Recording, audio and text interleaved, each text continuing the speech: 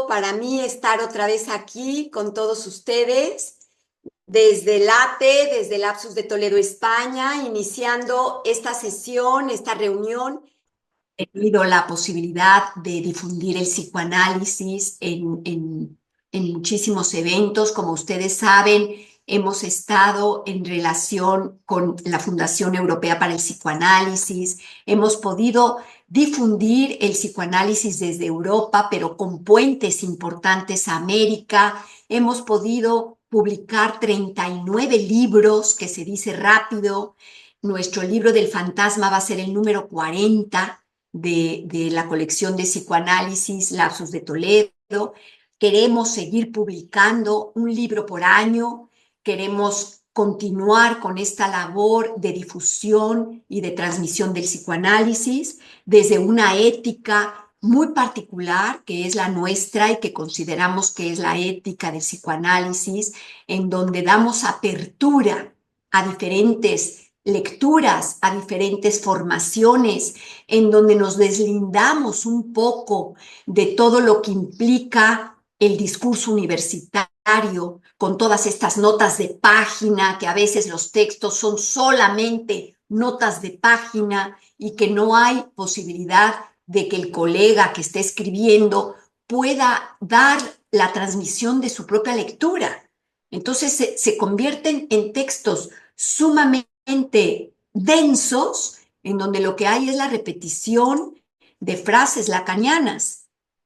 Nosotros desde LATE lo que le damos prioridad, a lo que le damos importancia, es a la creación propia del escritor, a lo que ese escritor trabaja personalmente. Fíjense que en la newsletter de junio, además de todos los textos que hemos publicado y que todos a mí me han parecido preciosos y muy valiosos, hay un texto en especial que a mí me llamó muchísimo la atención y que me encantó, y que es precisamente el texto de nuestro querido colega Daniel Escalante. Es un texto muy personal, muy propio, muy desde él, y es un texto, en mi opinión, muy lleno de todo lo que él tiene para transmitir, de su pensamiento, de su posición, y que tiene que ver precisamente con lo que hoy va a hablar él sobre su conferencia del suicidio y la pulsión de muerte. Así que eso es lo que intentamos nosotros en Lapsus de Toledo transmitir desde nuestro pequeño lugar, pero no por ello importante.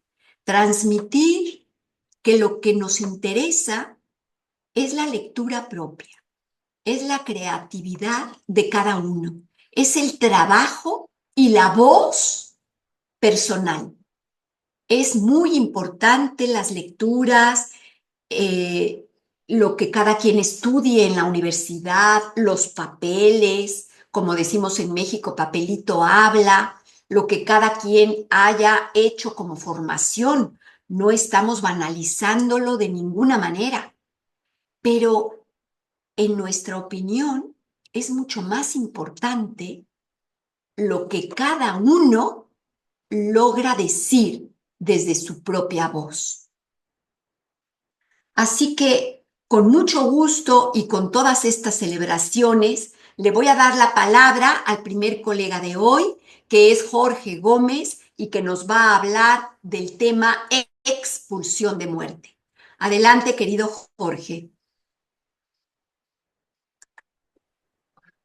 Muchísimas gracias, Cristina Jarque, por tu hospitalidad de siempre. Muchísimas gracias, muchas felicidades a estos 17 años que llevamos aquí en LATE. Y como comentamos, pues bueno, el texto se llama Expulsión de muerte con guión.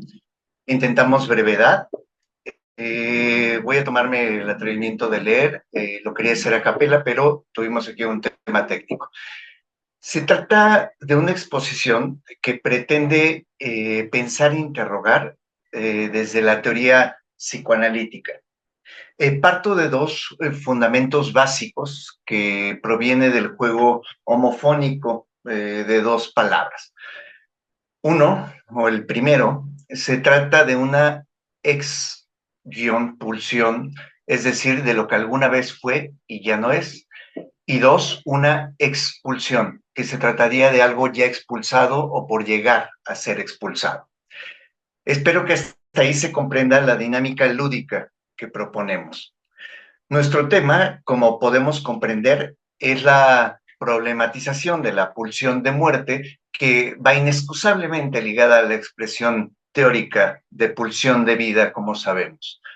Traemos, por ende, dos elementos, la ex-pulsión de muerte y la expulsión de muerte de la teoría psicoanalítica.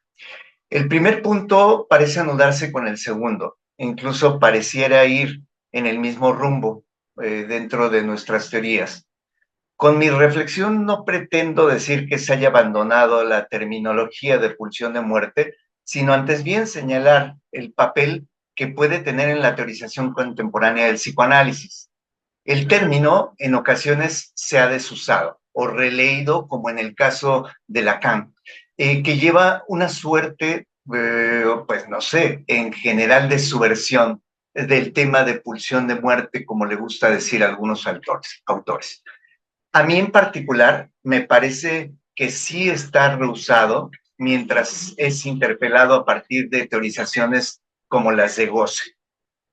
Aclaramos antes, la pulsión lleva imbricado un elemento que además de ser teórico, resulta sustancial para su constitución. Se trata de la libido, un par de elementos que se autoconstituyen. El gran tema aquí es el de su forma de aparición dentro de la teorización psicoanalítica. A mí en particular me inquietan varias cosas. Voy sobre la primera ruta. Me inquieta que la terminología inicial de los comienzos del psicoanálisis, llamada por Freud como pulsión de autoconservación, que también, como sabemos, se llamó yoica, pero ahora aparco ese tema, y que tenía una inherente premisa sexual, también existió una terminología en ese sentido, ya sabemos. En muchos manuales introductorios y sobre todo en la Vulgata coloquial psicoanalítica se quedó como una premisa cerrada. Para entonces, ni sus luces de aquello que más tarde se denominó pulsión de muerte en la teorización psicoanalítica, aunque sabemos que ya estaba contenida dentro de esas primeras disertaciones. Esa pulsión de autoconservación se quedó no solo como término fundante de la Vulgata para no transeúntes del psicoanálisis, sino que también en muchas ocasiones no perdió ni ha perdido cierta vigencia mítica, que alcanza y puede deformar a la interesante propuesta de pulsión de muerte, devenida más tarde en esta teorización freudiana. La pulsión de autoconservación funciona desde un apuntalamiento que va del cuerpo, las necesidades biológicas fundamentales, hasta independizarse y ser más allá de la mera corporalidad y entonces encontrar un objeto en otro camino, en otra ruta, que ya no le llamaríamos la mera necesidad biológica. Atención aquí, la gran propuesta psicoanalítica es la consideración siempre corporal para arribar a la intelección de lo intrapsíquico.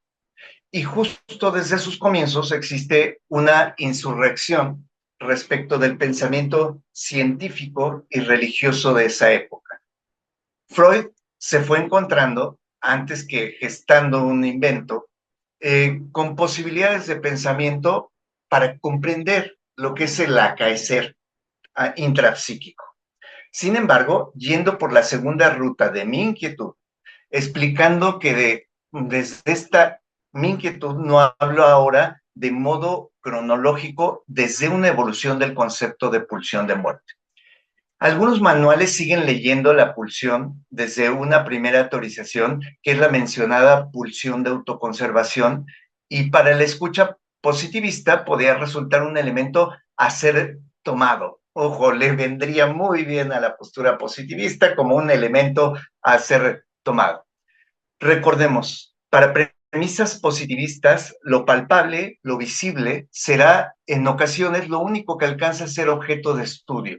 Ojalá hubieran tomado más en serio a Kant y hasta en él encontrarían que existen muchas más posibilidades que lo palpable.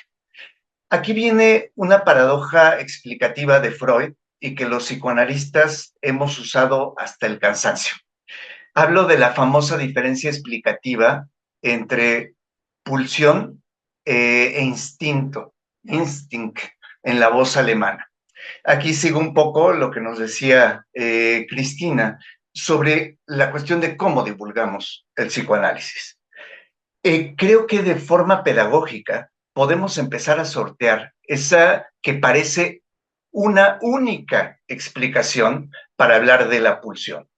Para empezar, porque si se tomara con justicia el nacimiento de la noción de pulsión, estaríamos lejos de ese análogo que resulta muchas veces hosco y que por ende nos remite a un contenido vacuo. Podemos superar la mera lógica analógica de Aristóteles ya, por favor. Podríamos comenzar por detener el uso de la injusta comparativa de la palabra animal para designar lo que consideramos natural. Ello ha sido una errata que aún debe problematizarse. Yo, en particular, elijo erradicarla de mi discursividad. Lo animal nos concierne, lo somos, y ello no designa específicamente un lugar originario para nada.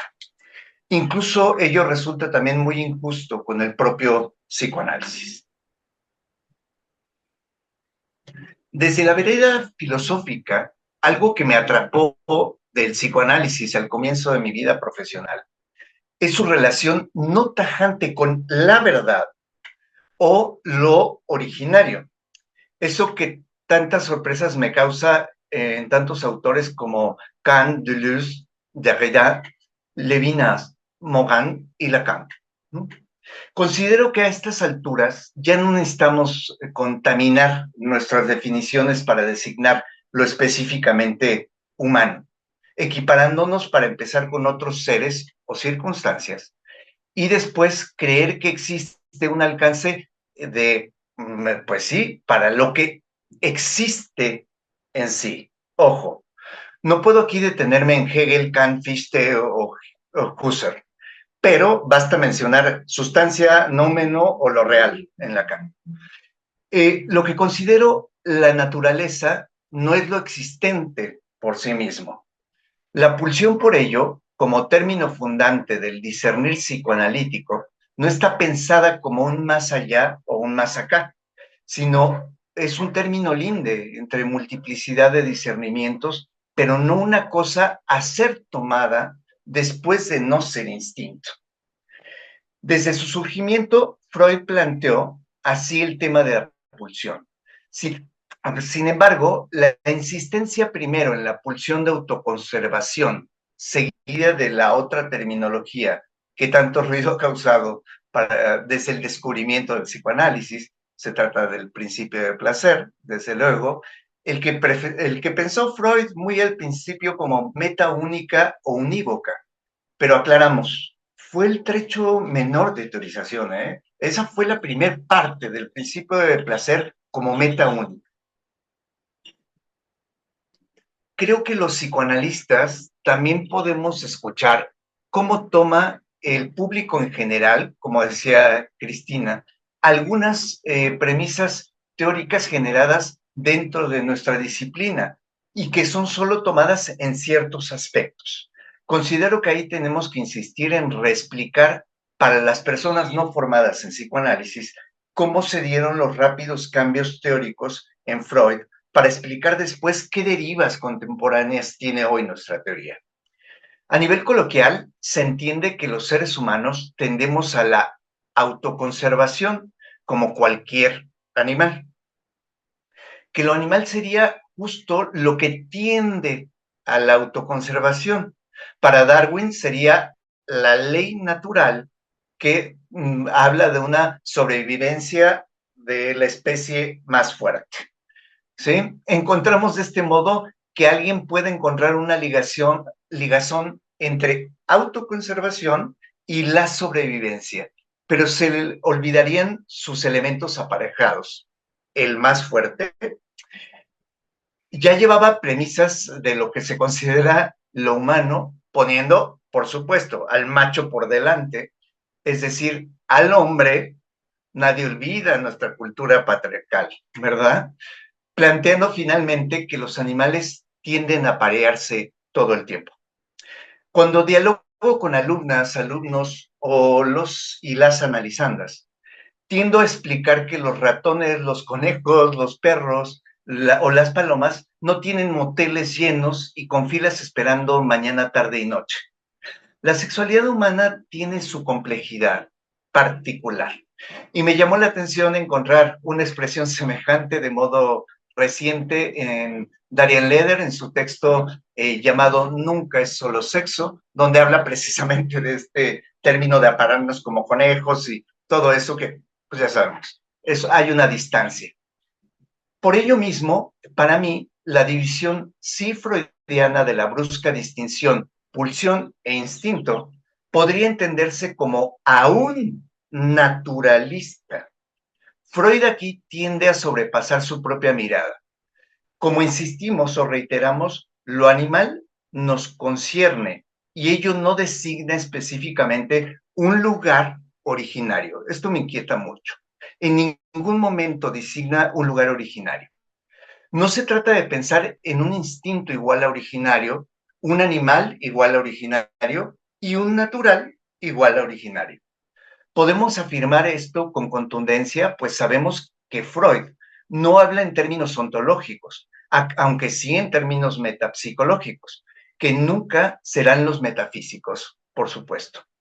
Al hablar de metapsicológico, hablamos de una dinámica de economía intrapsíquica antes que a un originario del cuerpo o lo psicológico, no como destino, sino como estructura armada por símbolos de la comunicación humana, desde la representación mínima hasta lo francamente simbólico, como ya sería en un curso lacaniano. Yo considero que ahí podemos reconocer el crecimiento u otro nacimiento del psicoanálisis. Cuando puedo mirar más allá de posturas marcadamente naturalistas para entrar en el reconocimiento profundo del campo relacional humano, pues ahí creo que empieza un otro Freud también. Y no podemos olvidar que en ese momento Freud gestaba terminología en medio de dinámica precisamente de elaboración de duelos personales, la muerte de su hija Sophie, su amigo Víctor Tosk, que pues sí, además en dinámica de suicidio en general, y su primer diagnóstico de mandíbula, así como la dinámica de posguerra de la Primera Guerra Mundial. Ahí se excede la mera vida de un médico neurólogo que tuvo 30 y 40 años de trayectoria en un trabajo de laboratorio. Ahí nace el que considero yo el Freud cualitativo. No debemos dejar de subrayar aquí que la herencia del pensamiento cartesiano regaló ideas para pensar en términos de cuerpo-alma, que obviamente llevaba su inherente idea teológica de la división dual del ser. Y esa es su constitución maniqueica, que la digo como adjetivo, desde luego. Ella insiste en teorizaciones pares, como en Melanie Klein, en dinámica como la del pecho bueno o el pecho malo, sin demeritar, por supuesto, la teorización kleiniana. Algo de ello lo podemos ver en ciertas problematizaciones dualista, pulsional, que aparecen en la comunicación epistolar Einstein-Freud, en un texto que dio en titularse El por qué la guerra. Ellos hablaron directo del conflicto psíquico, Trieb-Konflikt, en alemán. Para entonces ya hablaba el Freud de 1932 de una consideración inconsciente de mucha mayor riqueza. Se pensó el elemento pulsional ya no solo desde un conflicto diádico, vida-muerte, sino uno que provenía de las investiduras libidinales que resultaban de múltiples correlatos energéticos de la dinámica pulsional. Y debo aclarar, los elementos que aparecen constantemente en formato par, en formato dupla o en explicación de a dos, será un insistente en Freud. Y considero que en ocasiones ello deriva de descripción netamente lógica y en otras vías sí es debido a la herencia de las mencionadas insistencias maniqueicas que proponía su época, desde luego.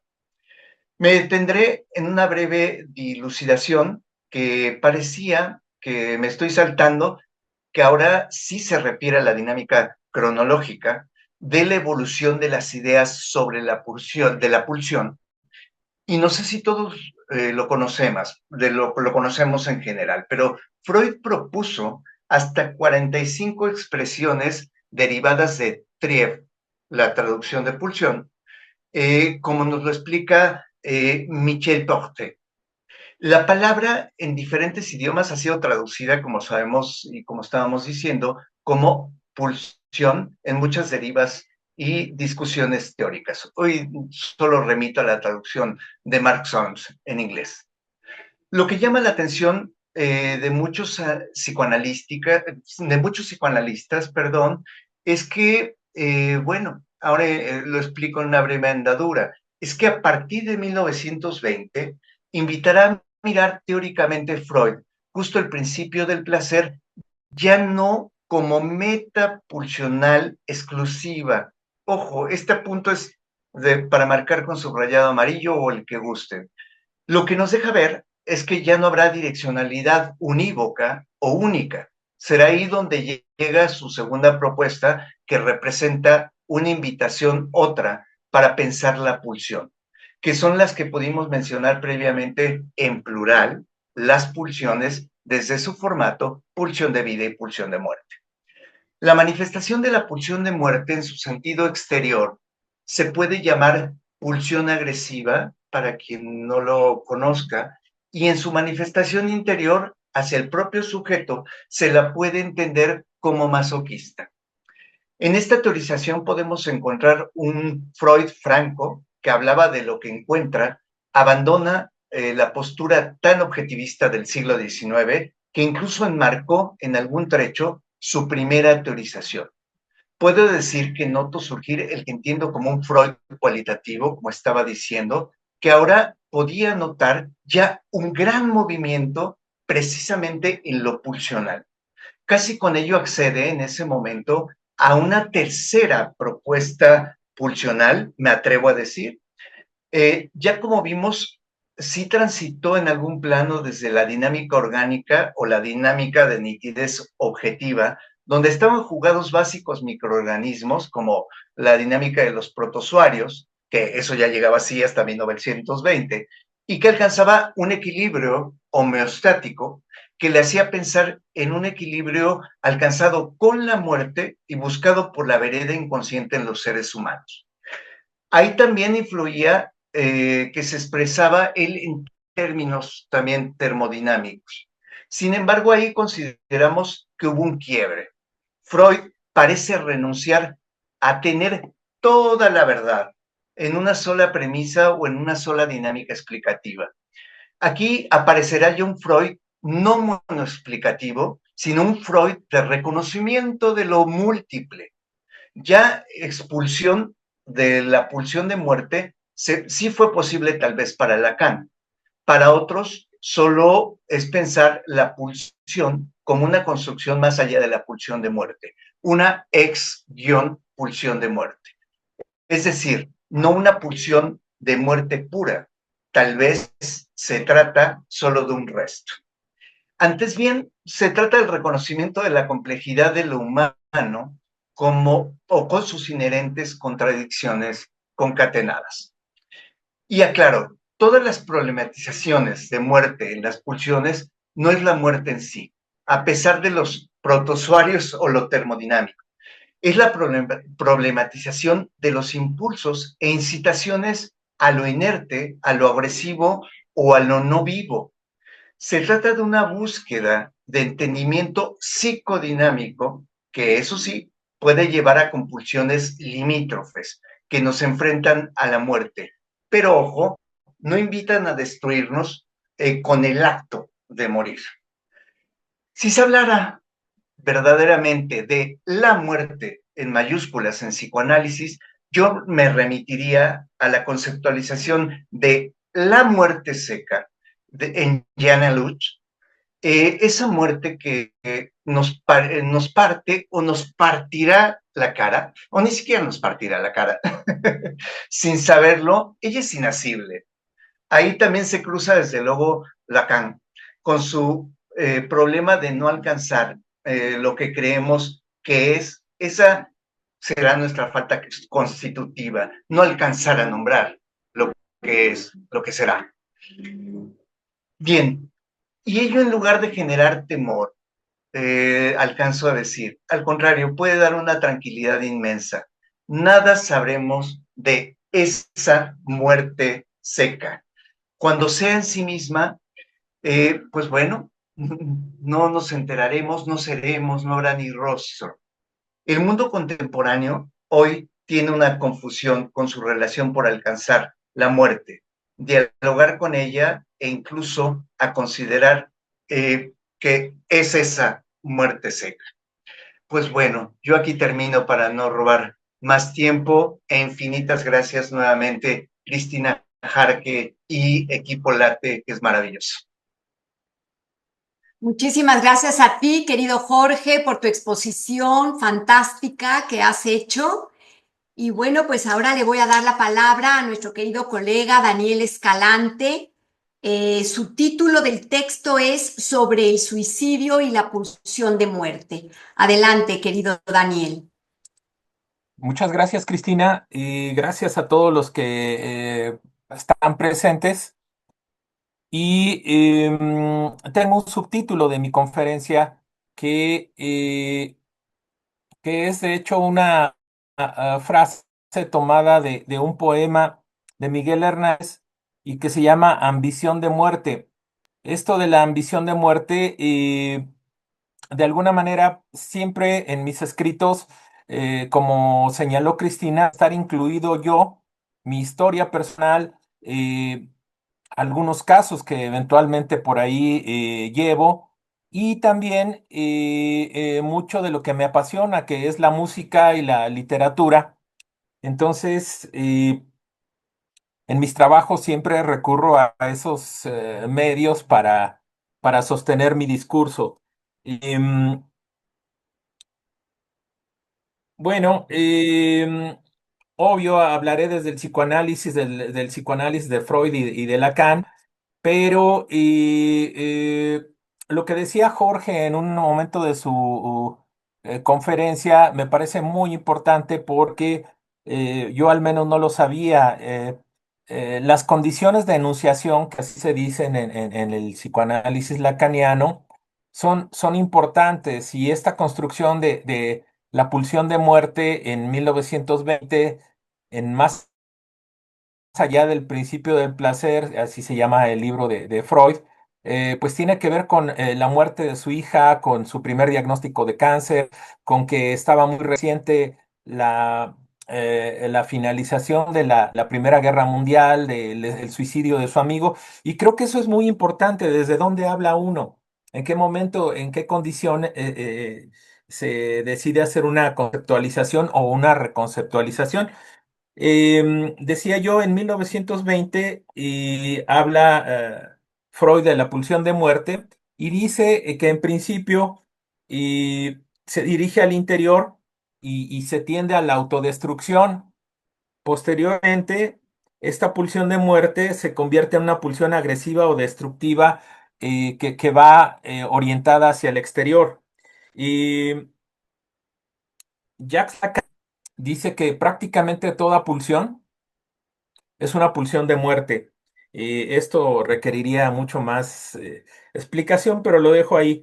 La frase esta viene en un poema de El Niño Yuntero, la ambición de muerte, y se trata de un niño que es un campesino, que en mi infancia tuve mucha cercanía con ellos y y habla de ese niño yuntero que pues sus condiciones de vida son tan difíciles que en opinión de Miguel Hernández, aquel poeta que al inicio del franquismo metieron a la cárcel y mataron de enfermedad y muerte, bueno, y muerte y hambre, y que fue una condición bastante terrible de morir, y por ahí hace una canción que se llama Nanas de la Cebolla, donde su esposa le hace saber a través de una carta que, que no tenía nada para comer más que cebollas. Entonces, hace una muy linda canción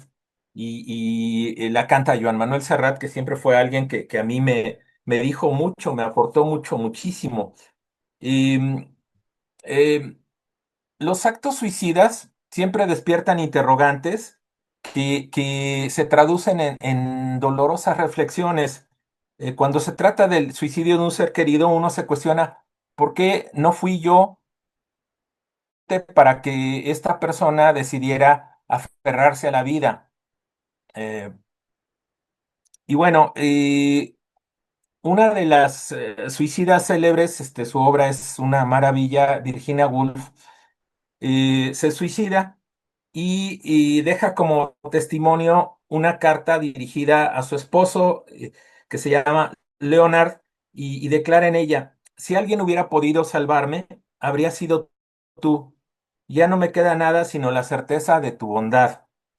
En su carta, Gulf justifica: tengo la certeza de que voy a enloquecer de nuevo y esta vez no me voy a recuperar. Empiezo a oír voces y no puedo concentrarme, así que voy a hacer lo que me parece la mejor opción. Antes de su intento definitivo y a lo largo de su vida, había ya hecho intentos de matarse, pero semanas antes o días antes de esta, de lograr conseguir morir, se había tirado a un río o a un lago, no estoy del todo seguro, y no se había podido hundir. Entonces, en ese último intento, lo que ella hace es poner piedras en un abrigo que ella se coloca, y de esa manera logra consumar su acto de muerte. Em, su, su esposo le sobrevive 30 años y se vuelve a casar, pero, pero esta carta que ella dirige al esposo y nos da un poco idea o nos da cuenta de las razones del acto. Los suicidios a veces dejan cartas póstumas donde manifiestan sus motivos. A veces son varias cartas dirigidas a diferentes. Y la psicoanalista Carmen Tinajero dice que el acto suicida siempre lleva un destinatario. Y esto es importante pensarlo, a mí me parece fundamental en lo que estoy diciendo. Y recordaba que recientemente vi una película que se llama El Baño del Diablo, donde se trata de una película austriaca y alemana del año pasado, que es muy dura. Y por allá de los años 1750, una mujer y decide no suicidarse, porque fíjense, aquí hay una derivación hacia lo religioso.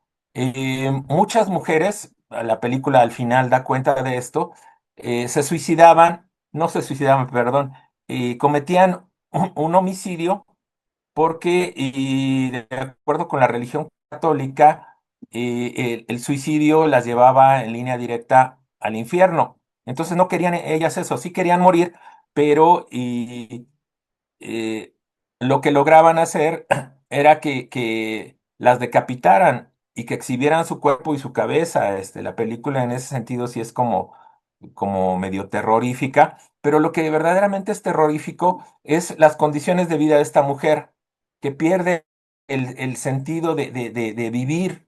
De alguna manera es violentada por su propia suegra, no vive en el deseo de su pareja y no puede concebir hijos. Y concebir hijos es una cosa muy importante en el contexto que se da la película. Y bueno, pues es una recomendación que yo haría ahí de paso. Eh, el suicidio es la forma de destrucción más radical porque ya no hay retorno una vez que se consuma. Es un modo de decir a alguien eh, a través de un acto. Y entonces importa mucho siempre analizar cuáles son las condiciones en las que se da el acto suicida. Y bueno, podemos hablar de muchos, yo voy a ejemplificar con algunos. Eh, y decía yo, puede el suicidio ir acompañado de una carta que explique los motivos. A veces son suicidios impulsivos y no hay carta, simplemente está ahí el acto silencioso para ser interrogado. Todo suicidio es un enigma de orden inconsciente que es muy difícil de dilucidar, de saber cuáles fueron los motivos. Y en una novela de una japonesa que se llama Yoko Ogawa, que se llama Perfume de Hielo, em, la protagonista tiene a una pareja que se suicida justo el día en que es el aniversario de la muerte de su padre, de ese suicida, pero no deja ninguna carta, nada, simplemente su acto es allí como una interrogante. Y, y, y la protagonista de esa novela se da cuenta de que no sabe nada de ese hombre con el que sostuvo una relación de noviazgo de al menos 2 años. Y todo el resto de la novela trata de encontrar los porqués, por qué se suicidó, porque no lo sabe. Y es una maravilla de, de novela. Hay muchas personas, un mexicano que fue activista en el movimiento de 1968, Luis González de Alba, se mata, se suicida el día 2 de octubre de hará unos 10 años atrás. Es decir, que a veces, aunque no se diga explícitamente, las condiciones en las que se gesta este acto mortal nos dicen cosas. Y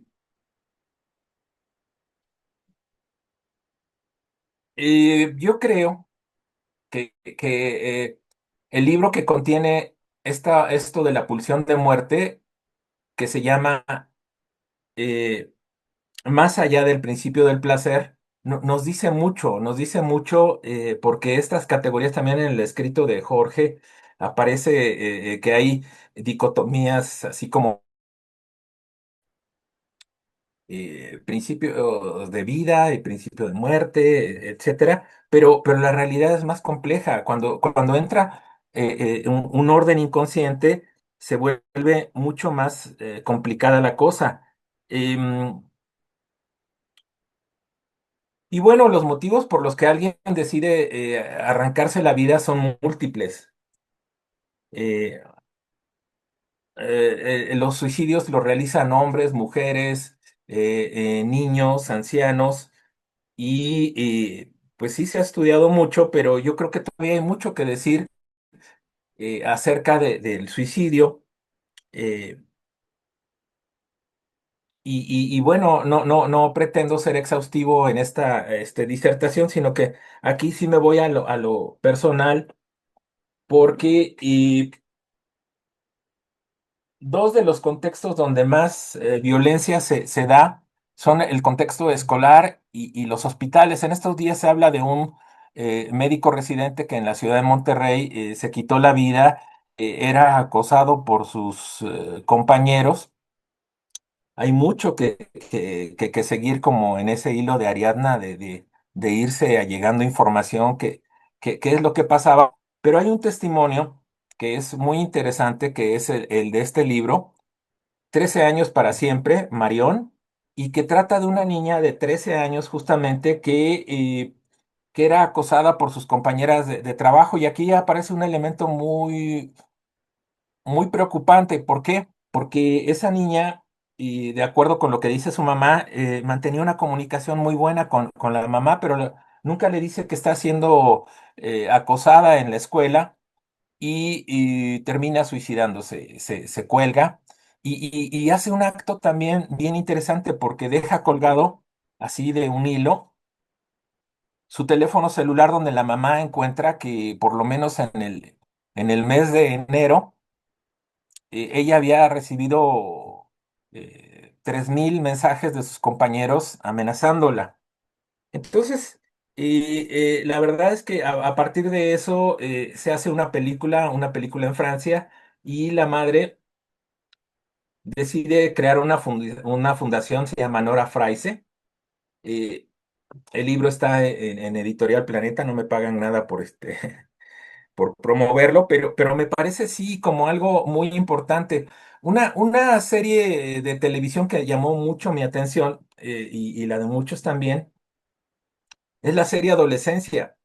Y en la serie Adolescencia, en un seminario donde trabajamos casos clínicos, abordábamos esta cuestión de que si el niño hubiera tenido un espacio analítico para poder hablar de lo que hace ahí en esa serie de 4 capítulos, que ha dado lugar a tanta interrogante, y probablemente no hubiera cometido el acto que comete. Pero bueno, esa es una situación eh, que es meramente especulativa. Em, hay un poeta mexicano llamado Vicente Quirarte, que es una maravilla de escritor, una maravilla de poeta, pero que él, y me atrevo a decir cuestiones ligadas a su caso, porque y resulta que primero se mata su padre. Su papá era profesor de la Facultad de Filosofía y Letras en la UNAM, y se tira de un puente. Y escribe él algo muy hermoso, hermoso y muy trágico al mismo tiempo. Dice: mientras yo pensaba que la vida era para mí para mi sed, un mar pequeño, te tirabas sereno de aquel puente para dar comienzo a las preguntas, para dar comienzo a las preguntas. Y Vicente Quirarte escribe un libro que se llama La Invencible, donde da cuenta de la vida de su padre. La Invencible es una cantina que está en el barrio de San Ángel, que está hacia el sur de la Ciudad de México. Y resulta que también su hermano se suicida, su hermano Ignacio. Y él alguna vez me confió, dice: cuando en tu familia hay suicidas, es como si te mostraran la ruta de salida que uno puede seguir, aunque no se siga. Y para, de alguna manera, exiliar sus fantasmas, Vicente Quirarte decide hacer un poemario que se llama Zarabanda con perros amarillos para su hermano, pero escribe él mucho acerca de sus muertos, pues ahí les recomiendo que lean. Eh, si encuentran este poemario, que ya no está tan fácil de localizar, Zarabanda con perros amarillos, pero el que sí es La Invencible. Y, y bueno, quisiera hacer una distinción que me parece importante, sobre todo porque alguien que participa, invitado por mí en esta conferencia, decía: bueno, ¿cómo hacer para que los niños no se suiciden? Porque eso era como un elemento muy preocupante, eh, porque los espacios educativos son espacios de mucha violencia, y aunque no hay recetas y fórmulas, y uno tiene que estar muy atento de los chicos, sobre todo los adolescentes, eh, de lo que hacen, si escriben, qué es lo que escriben. No es que uno ande fisgoneando, pero sí establecer un vínculo real entre el adolescente y lo que le está aconteciendo. A veces los chicos llegan así con rasguños en la cara y no quieren explicar por qué, y bueno, es recurrente que llegan con lesiones y que no quieran ir a la escuela. Pues todas esas situaciones sintomáticas son importantes de atender. Eh, Les hablo de un caso así de manera rapidísima, de una mujer de 23 años que hacía 10 años que su padre había muerto de cáncer. hacía 5 años que su abuela, que había funcionado como su madre, muere de manera repentina y que 4 meses atrás pierde. Todo eso la lleva a ella a la ideación suicida. De alguna manera, durante su análisis, que en sí fue muy breve, ella habla de aquello que la ata todavía a la vida. Tenía una niña en ese entonces de 5 años a la que amaba profundamente y ese elemento rescatador, el que le permite seguir viviendo. Y, y uno podría decir, bueno, ¿cómo es que no elaboró un duelo de 10 años atrás, de 5 años atrás de su abuela? Pues hay un concepto dentro del psicoanálisis lacaniano que se habla del tiempo lógico, no el tiempo cronológico. Y hay tristezas que se gestan desde muchos años atrás y que a veces no se logran superar. Y y es muy importante, decía yo, distinguir entre lo que es ideación suicida, cuando la gente dice qué pasaría, cómo sobrellevarían mis familiares o mis amigos mi muerte, y otro muy distinto y que hay que atender con mayor importancia, que es la planeación. Tuve también una paciente que era una médico inteligentísima en el sentido académico. eh, que después de una decepción amorosa, ella planeaba suicidarse y me decía, no me decía dónde estaba, pero que iba a alquilar un cuarto de hotel para evitar la crudeza de la escena a su familia y que ella como médico sabía cuáles eran las dosis letales para no crearse una acidosis. Y por fortuna y producto de atender la demanda a la hora que fuera y seguramente de algunos otros elementos, ella no se mató.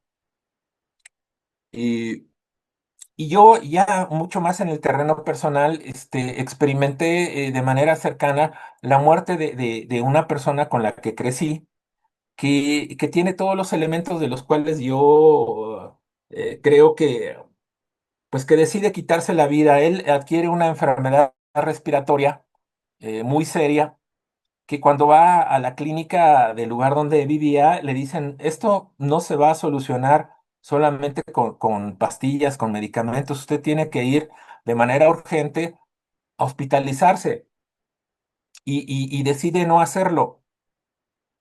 Eh, hay una novela de Herman Melville, el de Moby Dick, que se llama Bartleby y, y que, así como Bartleby, que su frase es, prefiero no hacerlo. Cuando le hacen esta propuesta de que si no va al hospital se va a morir, él simplemente dice, no, prefiero no hacerlo. No estaba yo presente en esa escena, pero su familia no logra convencerlo. Tampoco hacen mucho por intentar que obligarlo y a la mañana siguiente lo encuentran muerto. Eh, y bueno, es muy importante. Explorar la decisión de aquellos que siguen la ruta de acelerar su muerte, sin prisa, pero también sin pausa, y atrapados por sus decisiones, por la imposibilidad de limitar su goce, sus adicciones, sus estilos de vida. Y esto de veras que es algo que me intriga eh, porque sabrán quienes tengan de manera cercana a una persona adicta que es muy difícil hacerlo salir de ahí, pero literalmente están en una situación de búsqueda de la muerte. El goce, que es un concepto lacaniano, si no se le ponen límites, lleva necesariamente a la muerte. Y el goce, hay que poner límites. Es muy distinto a otro tipo de suicidio. Por ahí podrán encontrar en internet una carta, que es la carta póstuma de un psicoanalista que vivió muchos años en México, Néstor Brownstein, y que al final de su vida se va a España y se lleva un veneno desde aquí de México y y posteriormente se suicida y hace una carta muy extensa, como él era, hablando desde la filosofía, del psicoanálisis, de sus motivos personales, pero básicamente y pone en esa carta asuntos como, ya tengo dificultades, era un hombre mayor de 80 años, para abrir un frasco. Y sí tengo una cuidadora y una enfermera que me atienden, pero esa limitación lo hace tomar la decisión de, de un envenenamiento. Algo similar ocurrió con un periodista mexicano, bueno, no, perdón, era de ascendencia también argentina, Gregorio Seltzer, que escribe una carta, él contribuía en un periódico, La Jornada, que agradece a México haberle dado las 3 Ts: tribuna, para hablar, haciendo sus ensayos periodísticos, trabajo y techo. Pero dice que al ver mermada eh, su salud, sus condiciones físicas, pues, y empezar a notar que no podía seguir haciendo lo que venía haciendo, que era escribir, decide aventarse de una ventana y se mata. Y yo creo, sin hacer una apología de la muerte, pero a mí me parece muy valiente aquellos que toman su vida en sus propias manos. Y, y bueno, quisiera, a Brownstein lo conocí personalmente y creo que en eso fue congruente. En eso y muchas otras cosas más fue congruente. eh, y bueno, voy a hacer una cita de Jaime Sabines, de un poema muy conocido, que es el poema que le dedica a su tía Chofi, porque está muy emparentado con este título de mi conferencia, Una ambición de... Y le dice, hiciste bien en morirte, tía Chofi, porque desde que murió abuelita, a quien te consagraste, ya no tenías que hacer, y a legua se miraba que querías morirte y te aguantabas. Agradezco mucho su atención y su paciencia, y espero haber sido estimulante en más de un modo. Muchas gracias. Gracias a ti, querido Daniel, por este texto y por esta lectura importantísima sobre el suicidio, un tema muy complejo. A mí me hacías pensar un poco en esta cuestión precisamente de una conferencia que yo di en algún momento sobre Goethe, porque recordarán ustedes que aquella novela maravillosa que publica en 1774 se llamaba Las penas del joven Werther, y resulta de que la novela de Goethe produjo en su época una oleada de suicidios entre todos los jóvenes de aquella época. ¿Y qué era lo que ocurría? Fíjense, si abrimos un poquito la posibilidad de cuestionarnos, hay varias personas que han hecho diferentes estudios sobre que los sujetos posición masculina tienden más al suicidio. Se habla de hombres que se suicidan en una cantidad mayor que mujeres.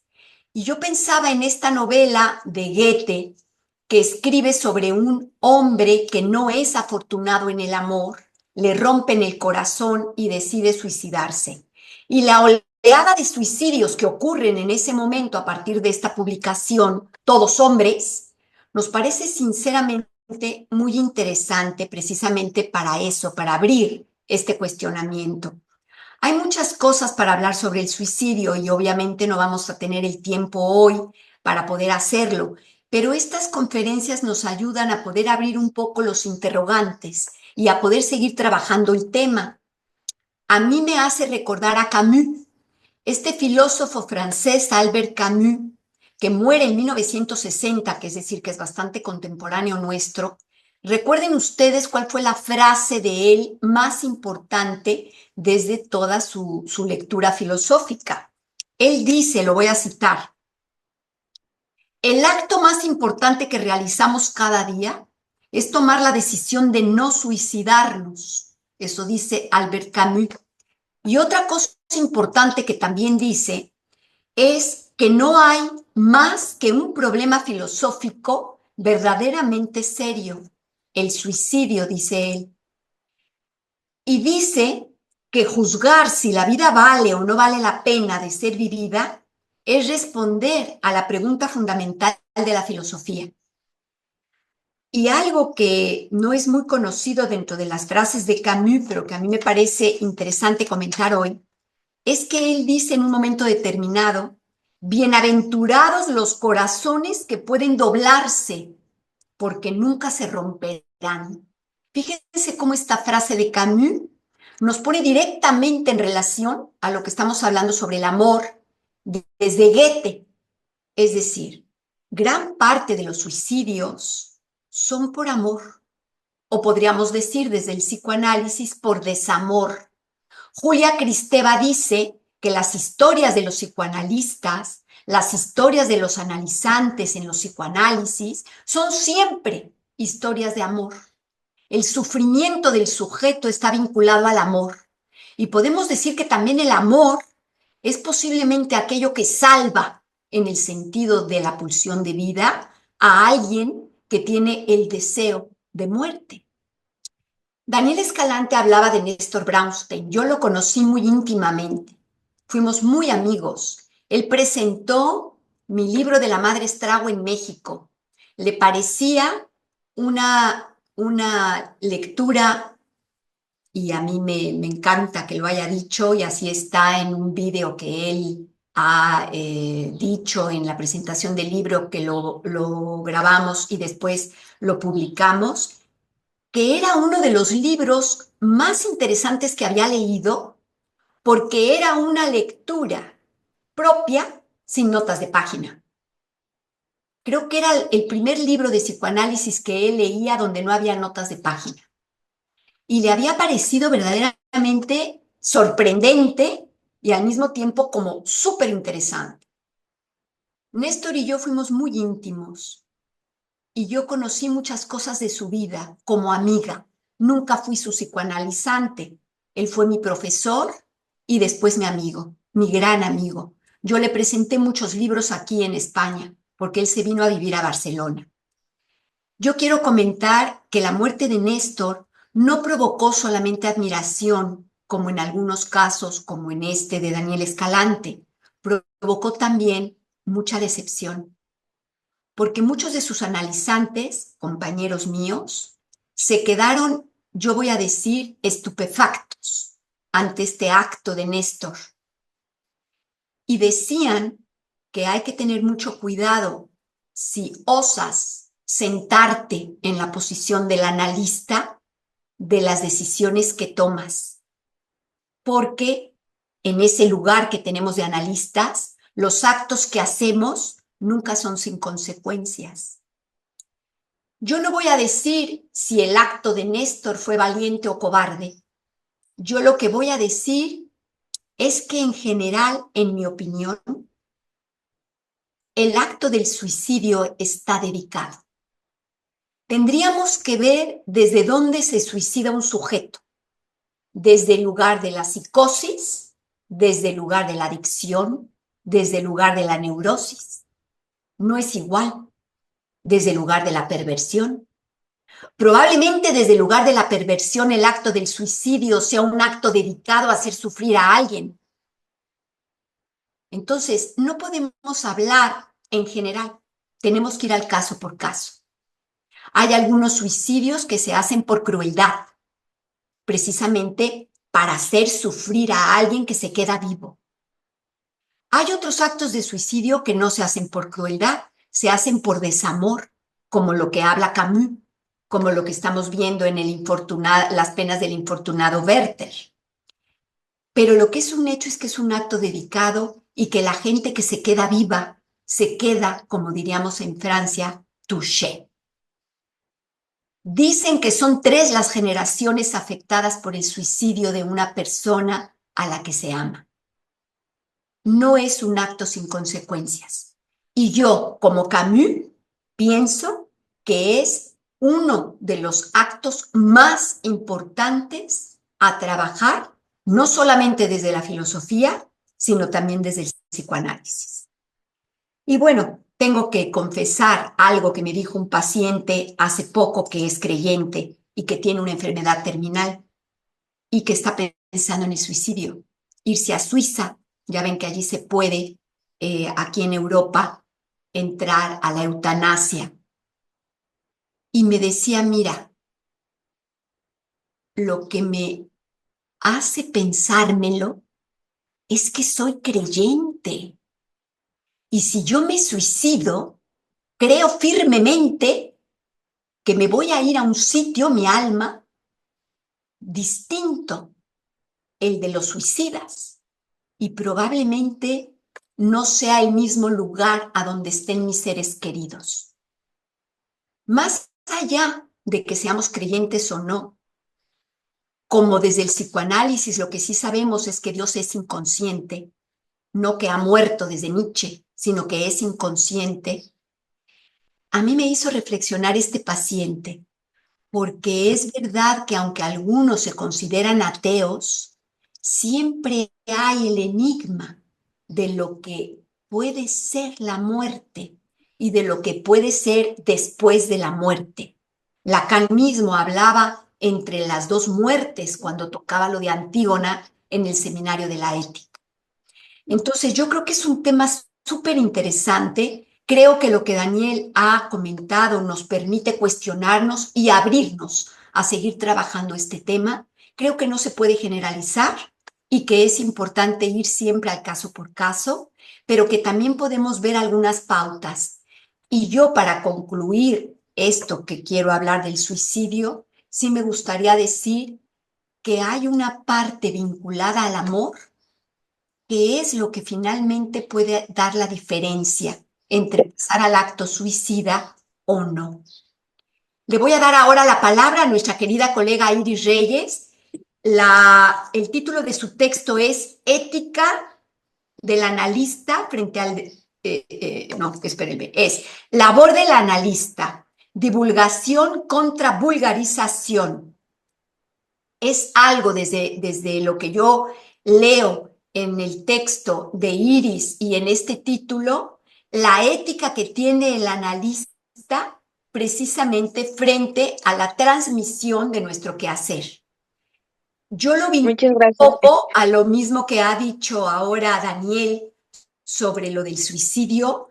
Yo creo que el psicoanalista tiene también una ética ante el deseo de muerte de un analizante, porque a nosotros van a venir algunos analizantes a hablarnos de su deseo de muerte, a hablarnos de sus ideas suicidas. Entonces tenemos nosotros un lugar de ética frente a este deseo, no solo el deseo de vida, sino también el deseo de muerte. Y en el caso del texto de Iris, pues tenemos una responsabilidad en la transmisión de nuestro quehacer. Adelante, querida Iris. Muchas gracias, doctora Cristina. Y pues bueno, voy a comenzar con mi texto que preparé. Convivimos con las nuevas magnitudes de las ciencias de la comunicación, acomodando el orden simbólico a las pautas del orden mediático y precisamos aplicar otras lógicas, lo cual reclama de nosotros una modificación en los registros perceptuales, además de la aceptación de una alteridad que no es la del analista o paciente, sino la del radioescucha, del televidente o del lector de un artículo. Bajo la coexistencia necesaria de diferencias o intercambios de teorías y sensibilidades, los deseos y necesidades deben organizar el marco del encuentro entre la sociedad y la cultura, aquí en la comunicación de la divulgación. Divulgatio quiere decir propagación y fue originalmente una palabra para uso eclesiástico. No en vano, el catecismo es la primera vulgata destinada a los niños, divulgando los conocimientos de la teología. Se refiere a la gente antiguamente denominada vulgo, de allí su extensión a la idea de vulgarización. Cuando es necesario que la divulgación sobrepase la cantidad de público que puede asistir a una conferencia, donde se cuenta con un contacto cara a cara con quien la dicta, apelando a un nivel masivo Hablamos de procesos difusivos. El modo divulgativo reenvía hacia comprensibles mensajes de la cultura culta al público general y puede difundirse masivamente o no. La divulgación del psicoanálisis se refiere a la simplificación, superficialización o deformación de los conceptos y la teoría psicoanalítica, especialmente por su uso en la cultura popular o en contextos no especializados. En lugar de la aplicación rigurosa y profunda de las ideas de Freud y sus sucesores, se recurre a interpretaciones simplistas, a menudo erróneas, que pueden distorsionar el significado y la complejidad del psicoanálisis. Los problemas frecuentes de la vulgarización son: 1. Distorsión de la teoría. La vulgarización puede llevar a que se entiendan los conceptos psicoanalíticos de manera errónea o incompleta, lo que puede generar malentendidos y una percepción distorsionada de la teoría. 2. Utilización inapropiada. La vulgarización puede llevar a que los conceptos psicoanalíticos se utilicen fuera de contexto, como si fueran herramientas para la autoterapia y para entender la conducta de los demás, sin capacitación y conocimiento necesario. 3. Pérdida de rigor. La vulgarización reduce la complejidad y la profundidad del psicoanálisis, perdiendo el estudio, la importancia de la investigación y la reflexión teórica. 4. Percepción negativa. La vulgarización puede generar una percepción negativa del psicoanálisis, asociándolo a ideas erróneas y a una falta de información. Los ejemplos podrían ser entre el psicoanálisis como psicologismo, la utilización indiscriminada de términos psicoanalíticos como complejo Edipo, superyo o inconsciente para explicar la conducta humana sin análisis más profundo, el uso de la interpretación de los sueños como predecir el futuro, la simplificación de la interpretación de sueños y una búsqueda de significados ocultos sin tener en cuenta la complejidad de la transferencia y la elaboración de la experiencia única, la utilización de la asociación libre como conversación casual. La reducción de la asociación libre a una simple conversación sin tener en cuenta la importancia de la transferencia y el análisis contenido del inconsciente. En resumen, la vulgarización del psicoanálisis es un problema que puede llevar a una distorsión de la teoría y una utilización inapropiada de sus conceptos, lo que puede generar malentendidos y una percepción negativa del psicoanálisis. Es importante tener en cuenta la complejidad y la profundidad del psicoanálisis, así como la importancia de su rigurosa aplicación en un contexto clínico y teórico adecuado. En muchas ocasiones, la divulgación de psicoanálisis, más allá de ser lo que aparenta, cae en terreno de vulgarización de la propia disciplina. ¿Pero por qué? Es muy común ver en redes sociales un tipo de divulgación totalmente vacía, el cual parecía que se basa en: 1. En dar opiniones de lo que es o no el psicoanálisis desde la experiencia propia, y no desde la revisión del marco teórico correspondiente, en el que, por ejemplo, se puede definir el qué hacer de un análisis, sus límites y objetivos. 2. Una divulgación basada en un posteo de frases clichés, por ejemplo, la frase «solo se siente culpable quien ha cedido ante su deseo», sin contexto o explicación alguna, acompañadas de un anuncio estilo promoción tras sesiones, por tanto. 3. Dar consejos, respuestas sobre el padecer particular con base en nada más y nada menos la opinión personal disfrazada con jerga psicoanalítica. Me parece un tema interesante y complejo. Aquí la situación es otra, porque aquí en México el discurso de la psicología que te arregla la vida es la más habitual. Creo hay que hacerse un hueco, hay que hacerse oír y hay que ofrecer algo, porque el análisis tiene efectos y no es mera filosofía.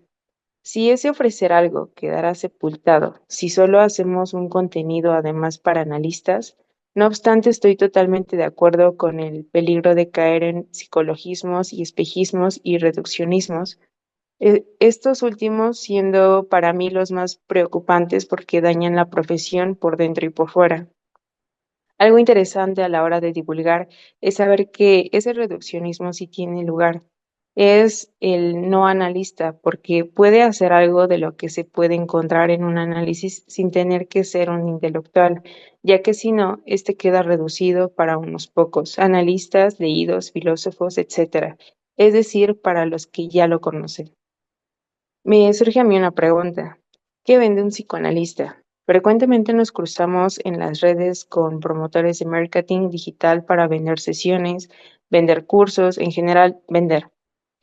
En principio, cabría decir que el discurso del analista no concuerda con el discurso capitalista, y sin embargo aquí estamos, todos en esta gran bolsa que son las redes sociales, viendo y luchando por subir contenido. De caer en esta lógica estaríamos dejando de hacer psicoanálisis y dedicamos más bien a la venta de espejos y colores. ¿Cómo podemos hacer para caber un psicoanálisis en una lógica tan dominante? En primer lugar, aclarar que creemos que hay un lugar para esto, un tanto no se caiga en la trampa de creer que vendemos estilos de vida, es decir, que nuestra propia persona es objeto de consumo. Por otro lado, y en la misma línea de lo anterior, de que un psicoanálisis puede ser objeto de consumo. Entonces, la propuesta que tenemos para contrarrestar esta presencia de un psicoanálisis lavado, vulgarizado, pero sobre todas las cosas inútil, es la posibilidad de divulgación de un otro psicoanálisis posible que se nutra y se cede ante otras disciplinas, que no se encierre en dogmas y frases hechas, que no se empuje a la insatisfacción permanente, la demanda de consumo infinita. El analista es un practicante de escucha y su práctica debe demostrarse. El psicoanálisis es bien público y aunque el público no lo sepa. Ahora bien, no debemos de confundirnos nosotros mismos con la simplicidad de nuestro mensaje en redes, que nada tiene que ver con la complejidad de esta profesión. Me parece que el reto es cómo adaptarnos a la época sin que la época nos adapte a nosotros. ¿Cómo hacer llegar eso a quien no sabe de falta ni deseo, es decir, al ciudadano existente?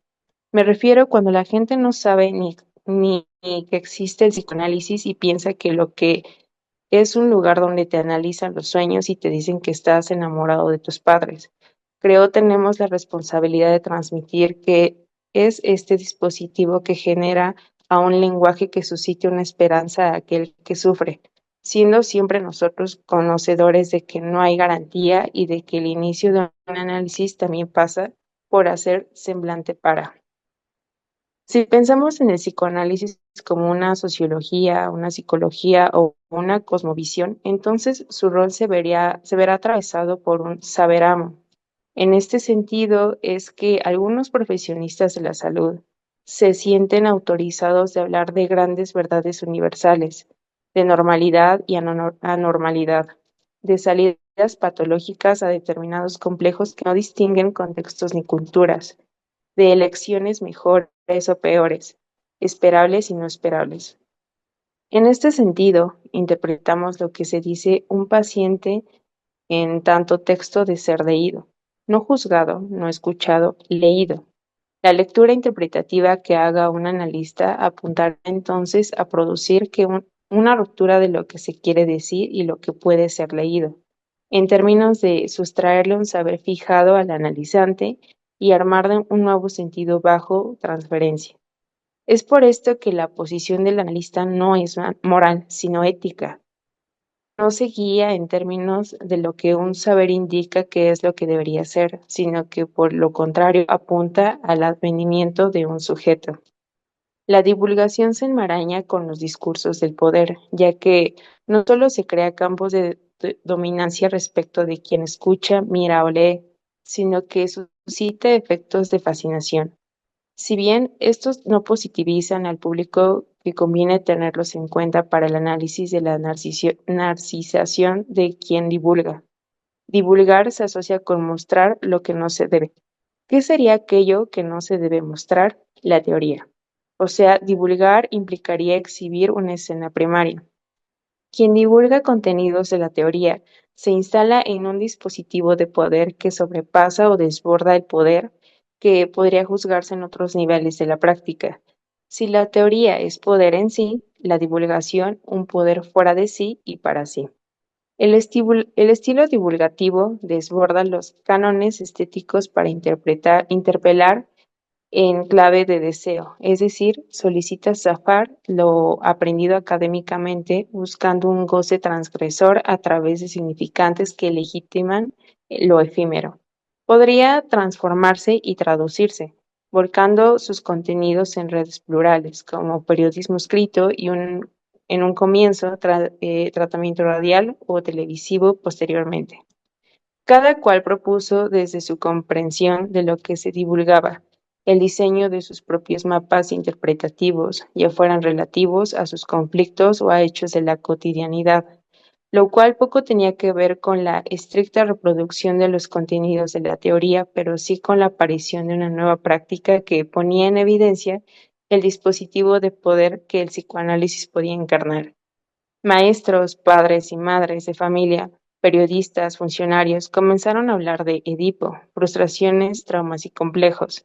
Cada grupo social asume sus contenidos de la divulgación según sus intereses personales. Se trata de un fenómeno de resignificación que desborda el descubrimiento del mundo psicológico. La inevitabilidad del reduccionismo, de la pérdida de matices propias de las técnicas de divulgación, no resultaron inadvertidas para Freud.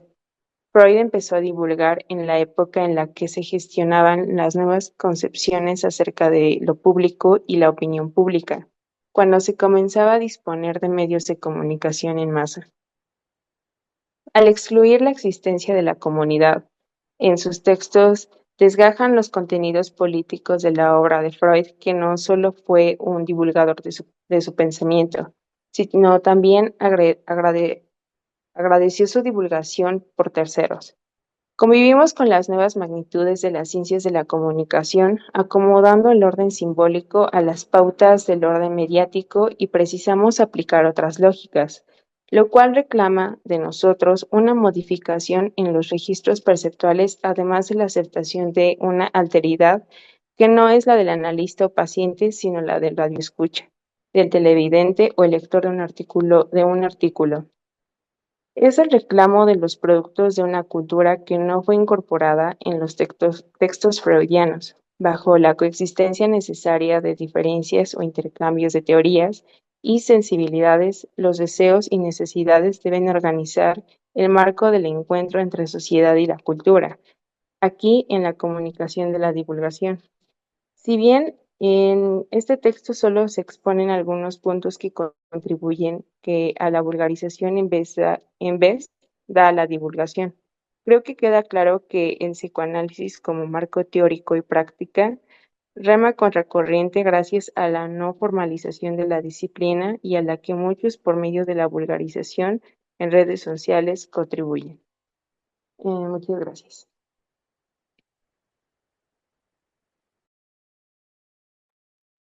Muchísimas gracias, querida Iris. Un placer enorme escuchar tu texto y pues me parece muy pertinente, como decía yo, en relación a estos tiempos que corren y que suele llegar a ser una banalización de todo esto, todas estas cosas que se suben en las redes sociales. Bueno, pues vamos a pasar al momento de comentarios o de preguntas o cualquier cosa que haya suscitado en las personas que están conectadas, los tres textos de nuestros queridos colegas. Si alguien quiere comentar algo, pues por favor levante la mano o abre el micrófono directamente. Será un placer. Nada más les pido que sea breve porque ya estamos casi en tiempo. Más bien ya estamos en tiempo, así que vamos a dar un pequeño momento para estos comentarios o preguntas. Y bueno, como ahí está Facundo, que me encanta verlo, si quieres, Facundo, pues no sé si han escrito, creo, algo en el chat. Si quieres, podemos empezar por allí y leerlo. ¿Lo podrías leer tú? Muchísimas gracias.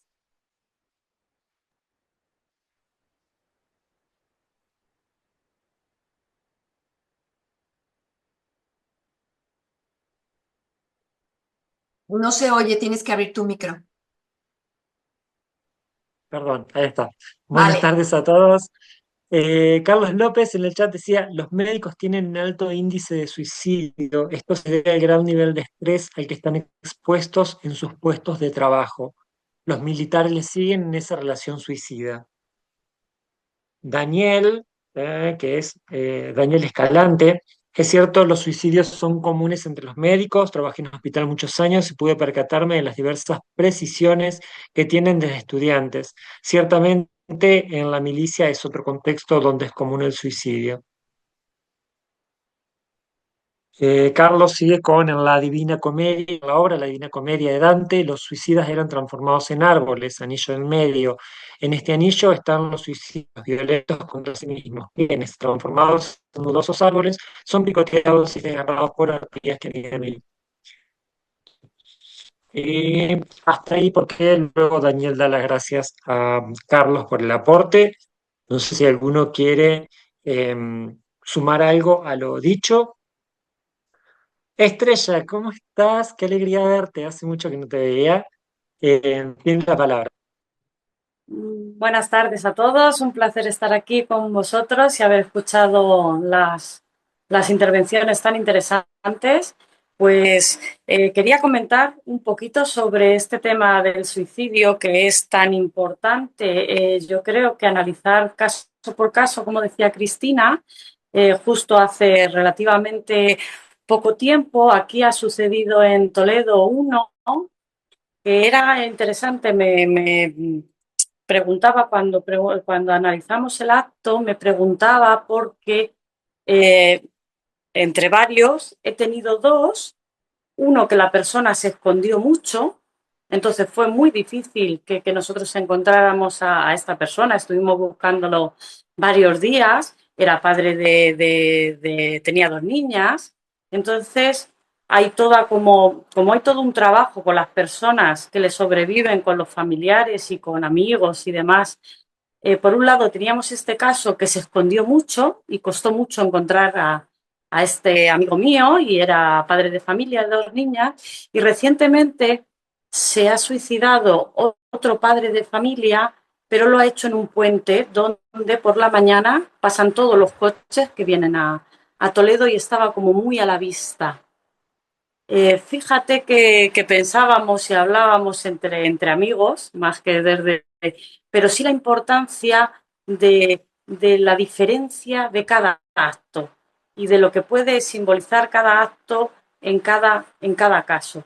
Y luego, por otro lado, la necesidad sigue siendo un tema tabú y es un tema muy fuerte de afrontar y de cómo las familias ante estos niños, estas niñas que sobreviven a sus padres o a sus madres que se han suicidado, el resto de la familia, pues es toda una dificultad hacerte un relato propio de qué ha pasado ahí, pero también hay que iniciar.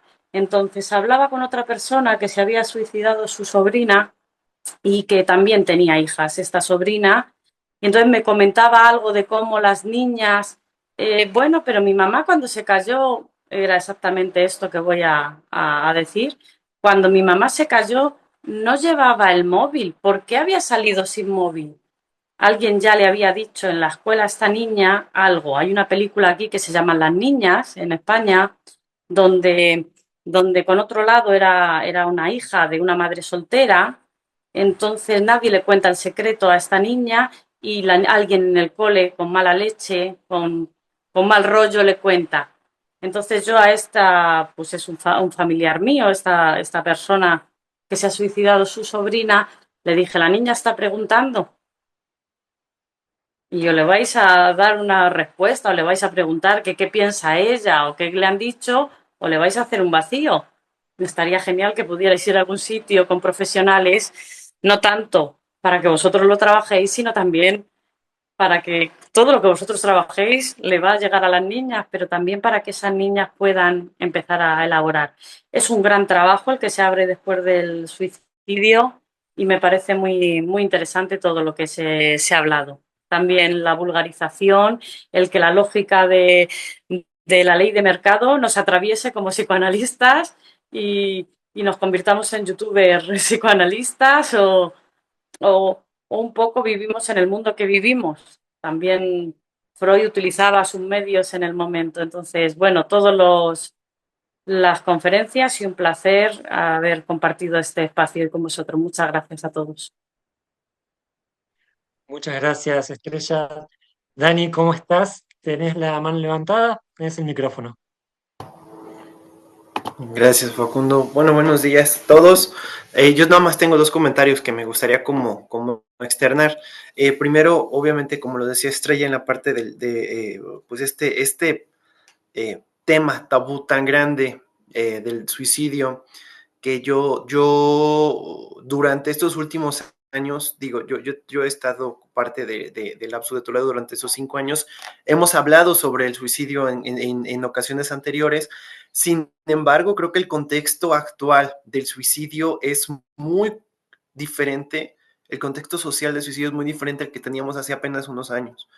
Creo que ahorita, como bien decía Estrella, es un tema súper tabú, pero creo que ahorita realmente se ha enterrado entre tantas cosas que han sucedido en el mundo.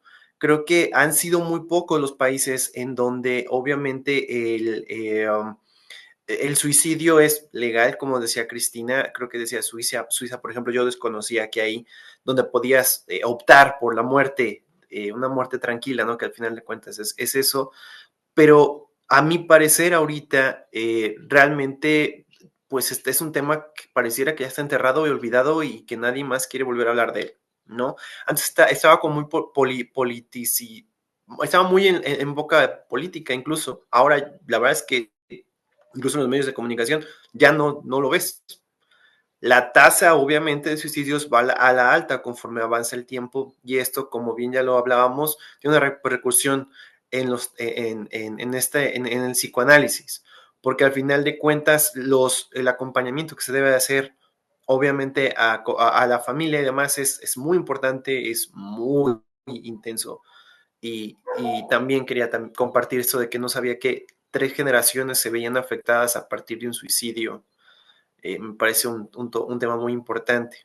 Por la parte de lo de Iris, curiosamente, justamente hablando de esto de los psicoanalistas ahora creadores de contenido, ¿no? Creo que es una de las realidades que también, al menos también yo desde de mi parte de docente, es algo que hemos hablado en colectivo como tal, que realmente ahora nosotros como profesionistas, háblese de, por la parte educativa, que es por la que voy a hablar ahorita, pues tenemos que buscar como estas formas de llegar, ¿no? A las nuevas generaciones y que ellos estén interesados.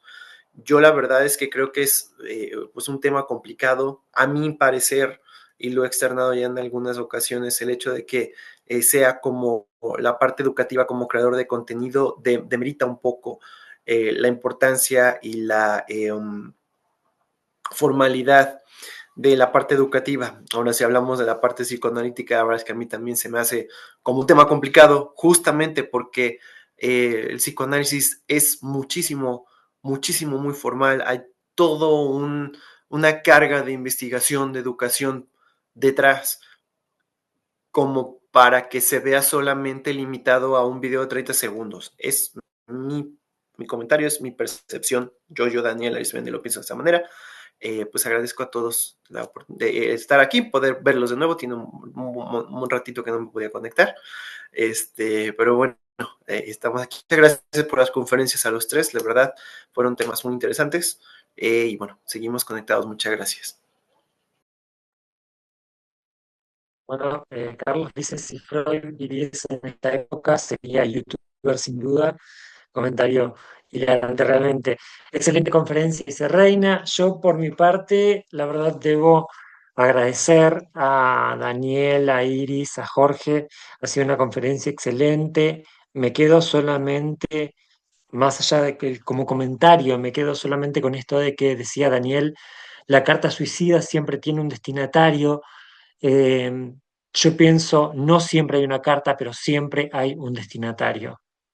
Lo hemos hablado, como decía Daniel, muchas veces antes, es un tema recurrente y es un tema que no se debe dejar de tratar y es si hay algo que abarca absolutamente todas las generaciones, todas las edades, es un tema como el suicidio y especialmente en esta época hablamos. Tenemos un libro de bullying que está muy, muy relacionado al tema también en Lapsus de Toledo. Así que es un tema que hemos tratado y es un tema que se va a seguir tratando.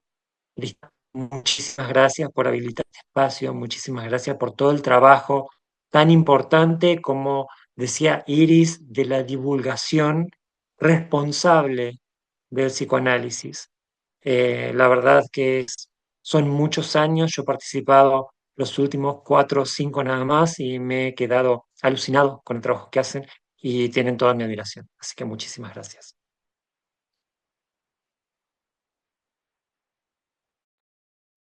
Bueno, pues vamos a dar por concluida esta tarde de jornada que hemos tenido. Yo también quiero agradecer profundamente a todos los que han intervenido. A mí me han parecido textos maravillosos todos. Mi gran admiración para los 3 colegas que hoy han intervenido. Yo quiero agradecer con todo mi corazón a Facundo Podestá, porque siempre ha estado allí al pie del cañón conmigo, y a todo el equipo de LATE que me ayuda a continuar con la difusión, como bien ha dicho Iris, de este quehacer nuestro que nos convoca, que nos interpela, que nos agrupa. Y bueno, pues vamos a seguir adelante difundiendo el psicoanálisis lo mejor que podamos. Gracias también especialmente pues a las chicas de España que siempre están conmigo y que siguen estándolo alrededor de la difusión de nuestro quehacer, que no es fácil, porque todos sabemos que es complejo difundir el psicoanálisis hoy en día con tantísimas corrientes de ultraderecha que están totalmente en contra de estas terapias alternativas y de nuestro quehacer psicoanalítico, sobre todo porque no tiene, según ellos, una validación científica.